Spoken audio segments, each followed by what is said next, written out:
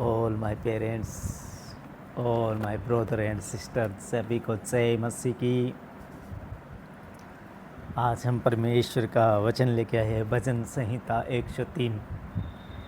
क्या कहती है यहाँ पर भजन संहिता 103? कल 2 में था कि हमारे दिन है जो धुएं के समान उड़े जाते हैं।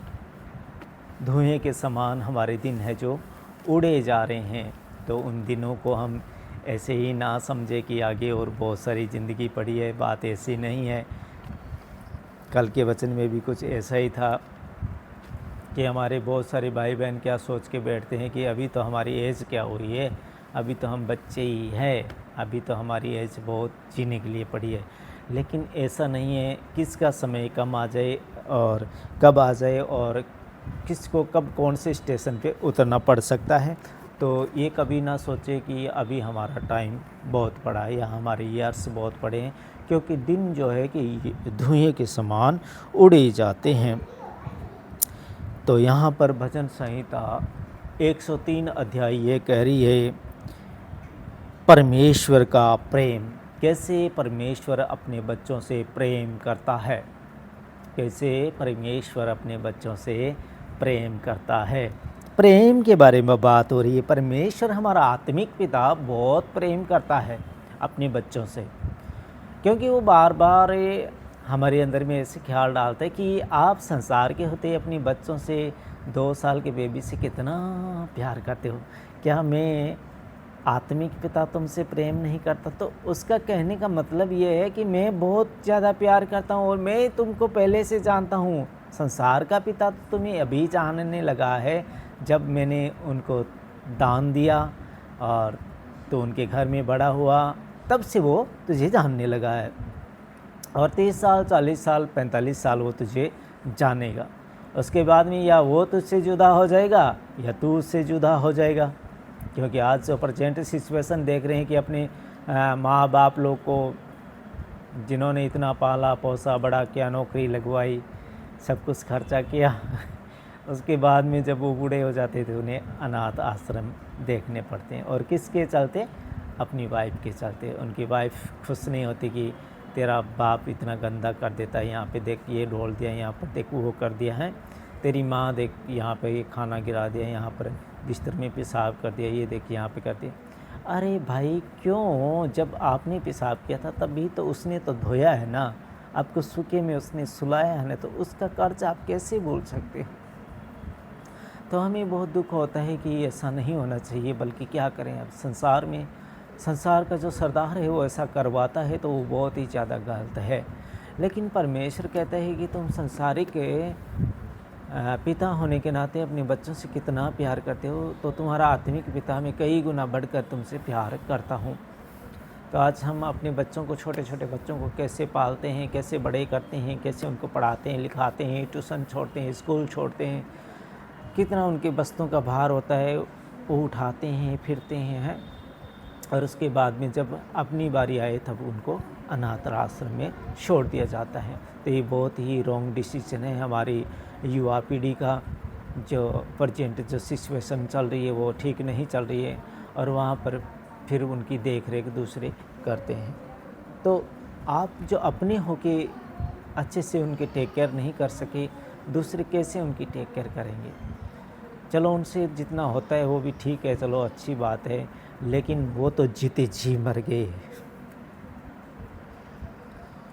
जो आपको पैदा किया वो जीते जी मर गए। अगर आप उनको अनाथ आश्रम में डाल दें, उनकी मौत उसी दिन हो जाती है जिस दिन आप उनको घर से लेके और अनाथ आश्रम दिखाते हैं, उस दिन वो मर जाते हैं। जिंदा रहते हैं लेकिन ख्याल ऐसे आके वो उसी टाइम मर जाते हैं कि हमें ऐसा दिन आया कि हम अपने घर को छोड़कर, जिस घर को उन्होंने बनाया, जिस घर को उन्होंने मोल लिया, वो छोड़कर, बैंक बैलेंस को छोड़कर, और आज हम अनाथ आश्रम का दरवाज़ा देखने को मिल गया।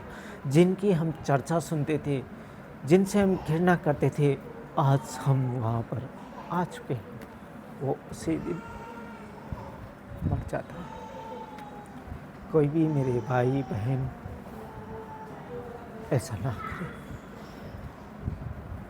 क्योंकि उन्होंने आपको बहुत लाड से प्यार से इस संसार में रहते हुए आपको पाला है। उनका कर्ज आप ऐसे करके कभी ना भुलाएं, बेटर होगा, क्योंकि ये अच्छी बातें नहीं है। एक दिन हमें भी ऐसा दिन देखने को मिलेगा।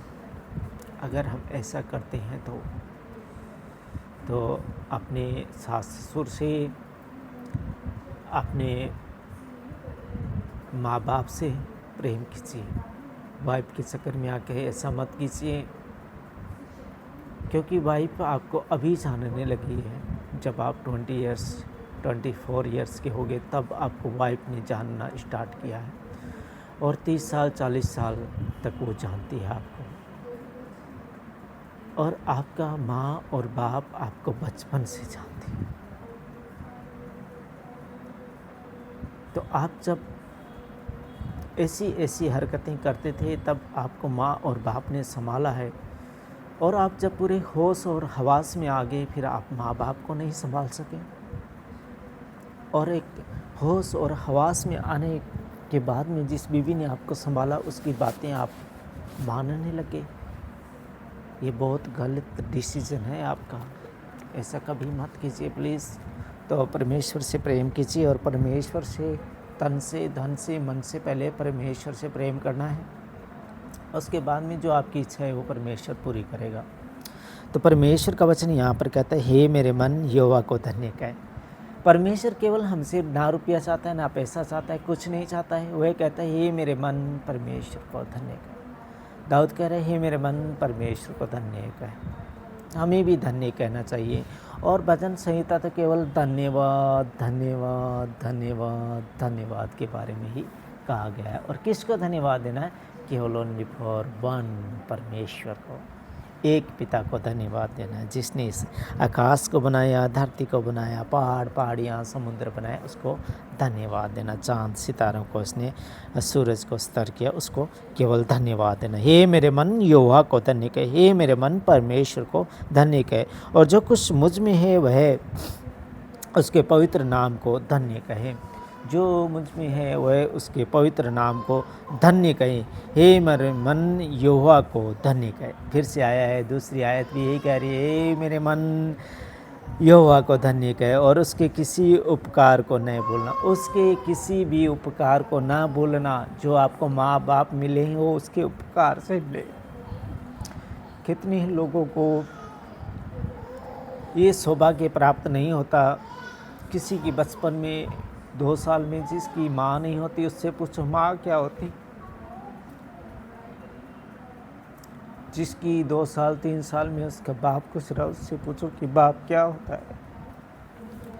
तो हे मेरे दोस्तों, हे मेरे भाई बहनों, परमेश्वर से सबसे बढ़कर प्रेम कीजिए। और जो आपको उसने उपहार दिए हैं, जो आपको गिफ्ट दिए हैं, बच्चे दिए हैं, अच्छी गाड़ी दी है, अच्छा बंगला दिया है, अच्छी वाइफ दी है, तो उसके उपहार को कभी ना भूले। खाने के लिए उसने मन्ना दिया है, उसके उपहार को कभी ना भूले। लोगों को नसीब नहीं होता, आपको नसीब हुआ है। सब कुछ आपके माँ बाप ने आपके लिए किया है, और अपनी सारी उम्र भर पर उन्होंने आपकी ज़रूरतों को पूरी करते करते अपनी सारी उम्र उन्होंने गुजार दी, और जब उनका वक्त आया तब आप उन्हें धोखा देंगे। जो परमेश्वर ने उपहार दिए हैं उनको कभी न भूलना, बल्कि परमेश्वर के सामने उन उपहारों को रखिए कि परमेश्वर तूने अच्छे हमें मोम डैड दिए हैं, अच्छी वाइफ, अच्छे बच्चे, अच्छे घर दिए हैं। जिन्होंने अपनी माँ बाप को खुश नहीं रखा उनका परिवार कभी खुश नहीं होता है। कभी भी ये ना सोचे कि मेरी माँ को अनाथ आश्रम में छोड़ दूंगा तो मेरा परिवार सुखी हो जाएगा। नहीं, और ज़्यादा दुखी हो जाएगा, बीमारियों से गिर जाएगा, श्राप आ जाएगा, सब कुछ बिक जाएगा, कंगाल हो जाओगे। तो अपने माँ बाप से बढ़कर प्रेम कीजिए। जो परमेश्वर ने आपको उपहार दिया है उसके उपहार को कभी ना भूले।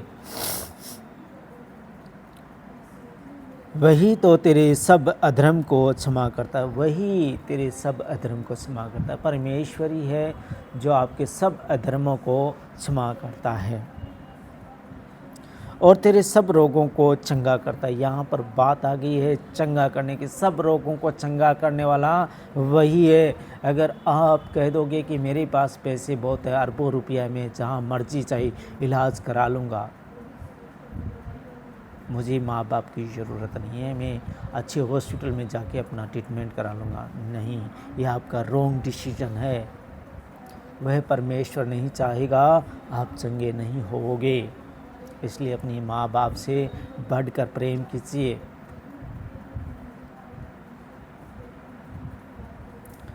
वह तो तेरे सब अधर्म को क्षमा करता है और तेरे सब रोगों को चंगा करता है। वही सब रोगों को चंगा करने वाला है।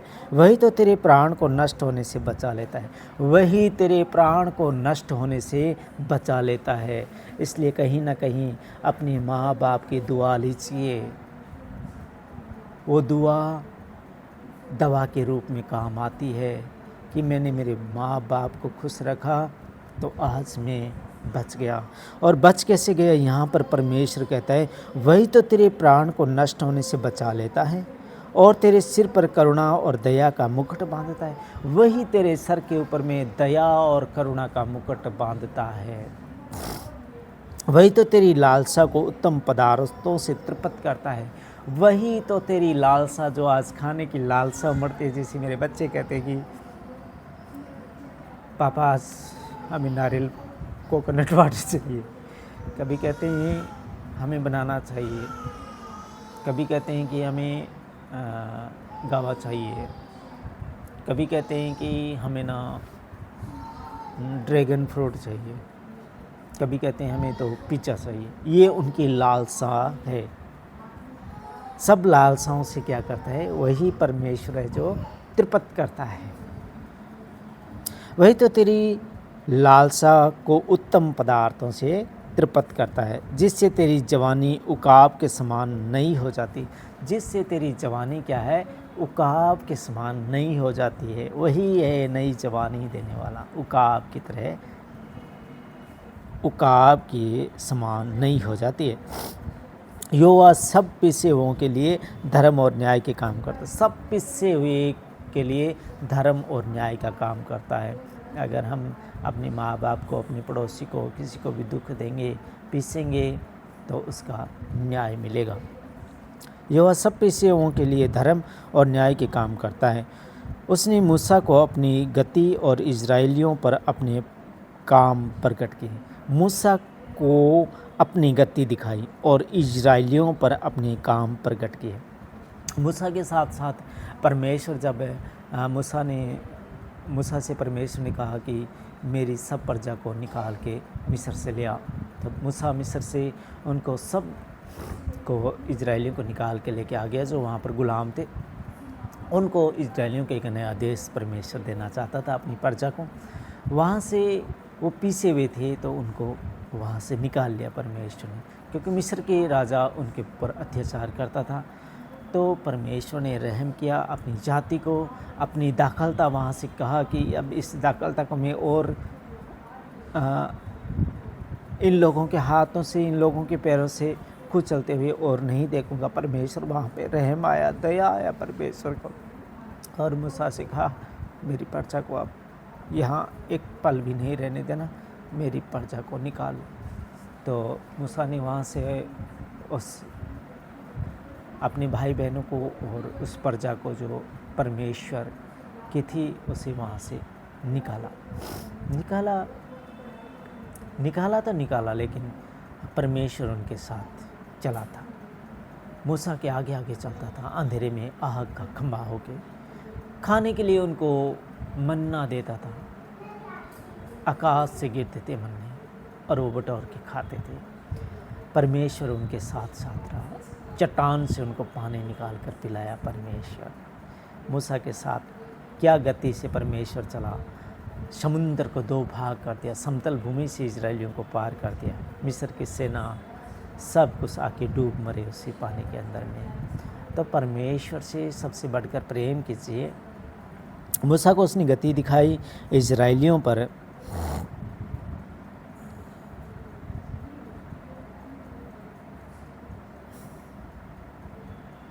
मूसा को अपनी गति दिखाई, इजरायलियों पर अपने काम प्रकट किए। यहोवा दयालु और अनुग्रहकारी, वो बहुत दया करता है, दयालु और अनुग्रहकारी है, विलम्ब से कोप करने वाला और अति करुणामय है, और अति करुणामय है। यहोवा दयालु और अनुग्रहकारी, विलम्ब से कोप करने वाला और अति करुणामय है। वह सर्वदा वाद विवाद करता नहीं रहेगा, न उसका क्रोध सदा के लिए भड़का रहेगा। वह सर्वदा वाद विवाद करता न रहेगा, न उसका क्रोध सदा के लिए भड़का रहेगा। उसने हमारे पापों के अनुसार हमसे व्यवहार नहीं किया, उसने हमारे पापों के अनुसार हमसे व्यवहार नहीं किया, और न हमारे अधर्म के कामों के अनुसार हमको बदला दिया है। ना ही हमारे अधर्म जो हमने किए उनके कामों के अनुसार हमको बदला नहीं दिया है। जैसे आकाश पृथ्वी के ऊपर ऊंचा है, वैसे ही उसकी करुणा उसके डरेवियों के ऊपर प्रबल है। जैसे आकाश पृथ्वी के ऊपर ऊंचा है, वैसे ही उसकी करुणा उसके डरेवियों के ऊपर प्रबल है, उसके डरेवियों के ऊपर प्रबल है।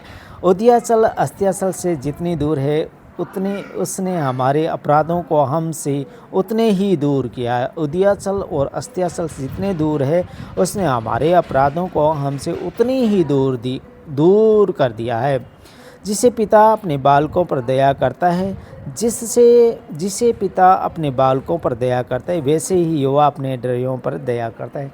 यहाँ पर वही शब्द आगे है बार बार। आज माता पिता के लिए बहुत बड़ा आज वचन संहिता 103 अध्याय चर्चा कर रहे हैं। अपने मॉम और डैड को, जो भी अगर आप अनाथ आश्रम में अगर डाल के आए हैं, तो आज ही आप वचन संहिता 103 को पढ़िए। और अगर आपके मॉम डैड अगर अनाथ आश्रम में है, तो बीवी की नाम मानते हुए आप अपने माँ बाप को वहाँ से लेके आइए।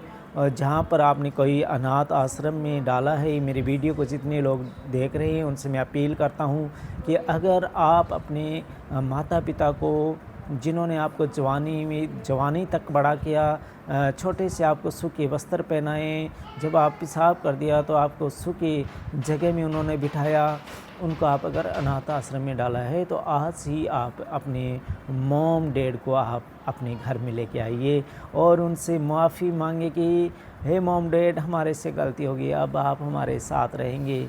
बीवी की नहीं सुननी है और अपने मॉम डैड की सुननी है, क्योंकि उन्होंने आपको जब बोलना सिखाया, आपको पढ़ाया लिखाया, उनके कंधों पे इतना भार आपने रखा। तो अगर वो मर गए तो फिर से आज उनको एक नई ज़िंदगी दीजिए आप, और अपने माँ बाप को अपने घर में लेके आइए। आज यहाँ पर ये फिर से 13 आयत ये कहती है 103 की, जैसे पिता अपने बालकों पर दया करता है, जैसे पिता, संसारिक पिता अपने बालकों पर दया करता है, अपने बच्चों पर दया करता है, वैसे ही यहोवा अपने डरियों पर दया करता है। वैसे ही परमेश्वर अपने डरियों पर दया करता है। जो उसके अगुए उन पे दया करता है, जो उसके लोग हैं उनके ऊपर दया करता है परमेश्वर।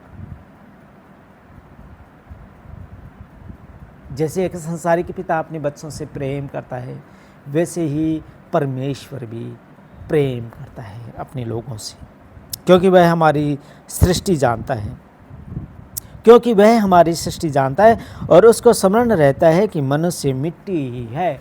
और मनुष्य क्या है? मिट्टी ही है।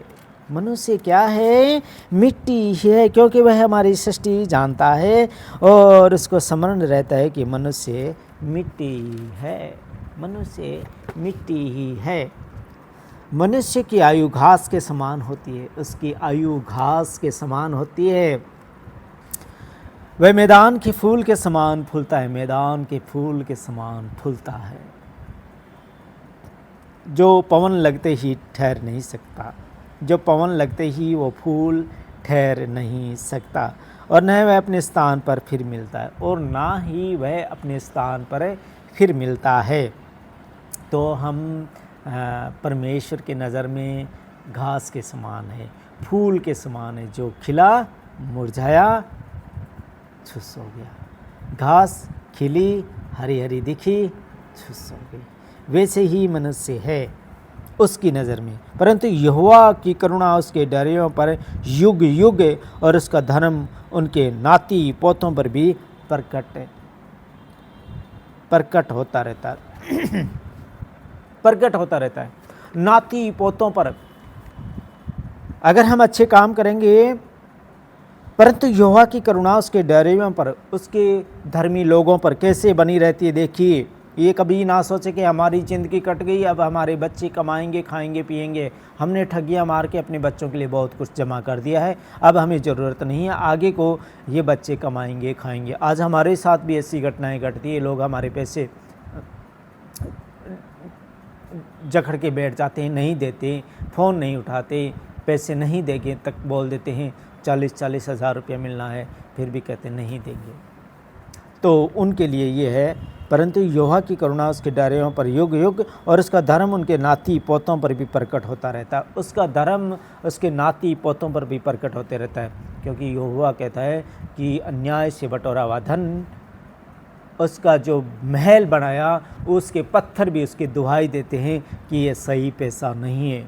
अगर हम महल को खड़ा भी कर लेंगे तो भी वह महल कहेगा कि ये सही पैसा नहीं है। और ऐसा मैंने मेरी ज़िंदगी में, मेरे गांव में मैंने देखा है। इतना सुंदर घर बनाया लेकिन रहते नहीं, रहने से डर लगता है। क्यों डर लगता है? क्योंकि यहोवा का, परमेश्वर का वचन कहता है कि अन्याय से बटोरा हुआ धन और उससे बनाया हुआ घर और उस घर के पत्थर भी दुहाई देते हैं कि ये पैसा सही नहीं है। कैसे रह सकते हैं? वो गूंजती है आवाज़ें। कहाँ से निकलती है वो आवाज़ें? उस पत्थर से निकलती है वो आवाज़ें। सुनाई नहीं देता, हृदय जानता है, मन जानता है, शांति नहीं फील होती, मन में त्राही त्राही मच जाती है उस घर के अंदर रहोगे तो। इसलिए अन्याय से बटोर के कभी भी बंगला या गाड़ी ना ले।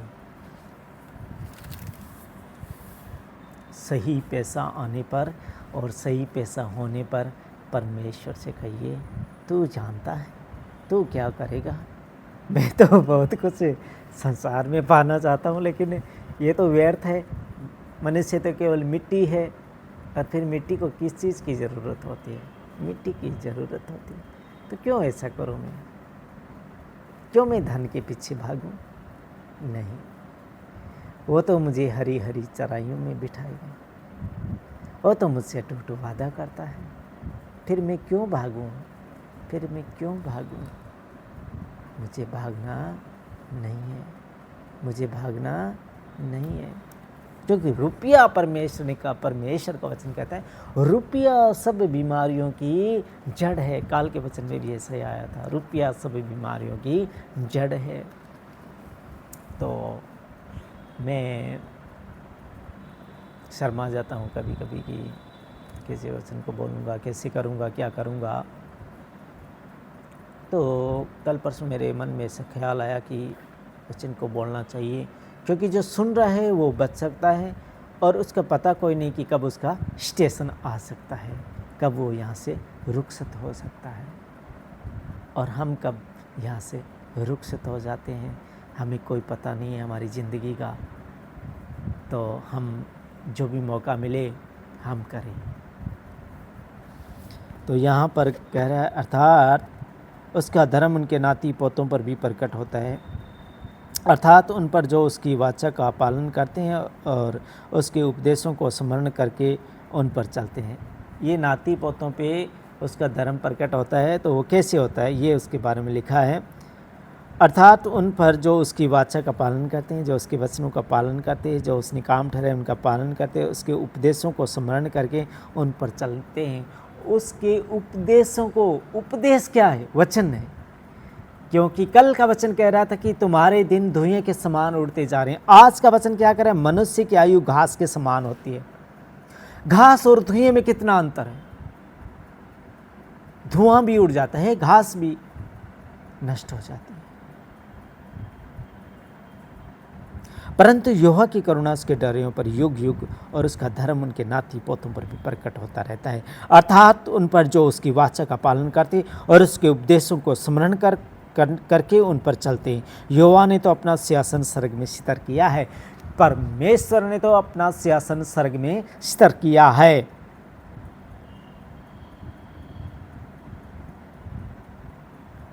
उसका राज्य पूरी सृष्टि पर है। उसका राज्य तो पूरी सृष्टि पर है, वही राज करता है। हे यहोवा के दूतों, तुम जो बड़े वीर हो और उसके वचन के मानने से उसको पूरा करते हो, उसको धन्य कहो। हे परमेश्वर के दूतों, हे परमेश्वर के दूतों, तुम जो बड़े वीर हो और उसके वचन के मानने से उसको पूरा करते हो, उसको धन्य कहो। उसको धन्य कहो कि धन्य है आप। हे यहोवा की सारी सेनाओं, हे उसके टहलुओं, तुम जो उसकी इच्छा पूरी करते हो, उसको धन्य कहो। उसके घर में, परमेश्वर की सृष्टि में, परमेश्वर के स्वर्ग में टहलुए हमें बनाएगा। और टहलुओं को भी दाऊद कह रहा है, हे यहोवा की सारी सेनाओं, हे उसके टहलुओं, तुम जो उसकी इच्छा पूरी करते हो, उसको धन्य कहो। उसको धन्य कहो। तो हमें धन्य कहना चाहिए परमेश्वर को। हे यहोवा की सारी सृष्टि, उसके राज्य के सब स्थानों में उसको धन्य कहो। उसके सब राज्य के सब स्थानों में से धन्य कहो। हे मेरे मन, तू यहोवा को धन्य कहे। हे मेरे मन, तू यहोवा को धन्य कहे। तो खुदा आप सबको बरकत और आशीष दे। आज था धन्यवाद के बारे में बातें, और अपना संसारिक पिता आपसे कैसे प्रेम करता है उसके बारे में बातें, और नाती पोतों पर धर्म को प्रकट करता है परमेश्वर, उसके बारे में बातें। मूसा की गति और इजराइलियों को कैसे वो आगे आगे चलाया, उसके बारे में परमेश्वर ने आज बहुत कुछ बातें की। आपको ये वचन सुनने के लिए मिले, और परमेश्वर कहता है कि जो मेरा बच्चा होगा वो मेरे वचनों को सुनेगा। तो आप उसके बच्चे ठहरे और आपने आज वचन को सुना। खुदा आप सबको बरकत और आशीष देगा। आमीन।